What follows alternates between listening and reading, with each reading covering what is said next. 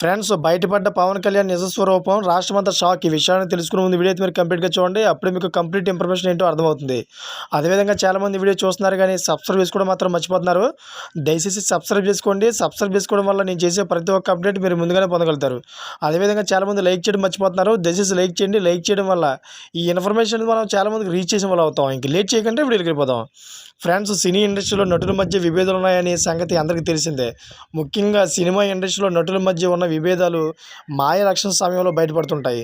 సార్వత్రిక ఎన్నికలకు ఏమాత్రం తీసిపోని విధంగా మాయ అసోసియేషన్ ఎన్నికలు జరుగుతాయి. ఇండస్ట్రీలోని నటులు రెండు వర్గాలు విడిపోయి అదేవిధంగా రాజకీయ నాయకుల మాదిరిగానే ఒకరిపై మరొకరు తీవ్ర విమర్శలు చేసుకుంటారు. గతంలో మా అసోసియేషన్ అధ్యక్షుడిగా పనిచేసిన నటుడు శివాజీ రాజా తాజాగా చేసిన వ్యాఖ్యలు హాట్ టాపిక్గా మారాయి. మెగా బ్రదర్ నాగబాబుకు తనకు మధ్య ఎలాంటి వివాదం లేవని శివాజీ రాజా చెప్పుకొచ్చారు. ఒకప్పుడు తామిద్దరం చాలా క్లోజ్గా ఉండేవాళ్ళమని, తర్వాత తమ మధ్య మనస్పర్ధలు వచ్చి మాట్లాడుకోలేనంత దూరం పెరిగిపోయిందని ఆయన తెలిపారు.